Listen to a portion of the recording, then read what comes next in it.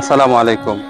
আমি এই মুহূর্তে আপনাদেরকে জানাতে চাই, পাবনা মেরিল বাইপাস অর্থাৎ সিঙ্গার সামনে যে ট্রেন লাইন আছে, ব্রিজের সামনে ট্রেন দুর্ঘটনায় বেয়ারিশ হয়েছে। ইনার বয়স আনুমানিক 23। তার দাফনের জন্য আমরা আঞ্জুমান মফিদুল ইসলাম কবরস্থানে নিয়ে আসছি। যেহেতু বৃষ্টির দিন, এই যে দেখাও যে এখানে পানি পানি উঠে যায়, এই জন্য আমরা এই যে উপরে আসেন কবরস্থানটি দেখাই। আমরা কবরস্থানটি দেখানোর জন্য আপনাদের উপরকে নিয়ে আসছি।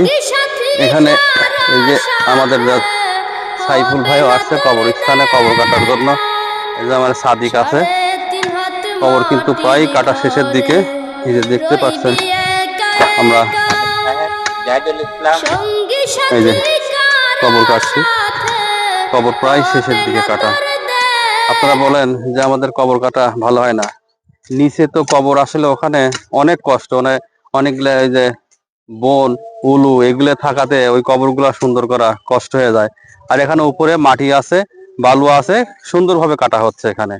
এই যে আমরা সবাই দেখতেই পাচ্ছেন, এই যে দেখাও যে আমরা সবাই কিন্তু আছি এই যে কবরস্থানে। তো এই ধরনের কাজ অবশ্যই নিঃসন্দেহে ভালো কাজ। আর এরা কিন্তু নিবেদিত প্রাণ। এরা সব সময় ডাকার সঙ্গে সঙ্গে তারা চলে আসে দাফন কাফনের জন্য। সবাই ভিডিওটি বেশি বেশি করে শেয়ার করবেন। আল্লাহ হাফেজ।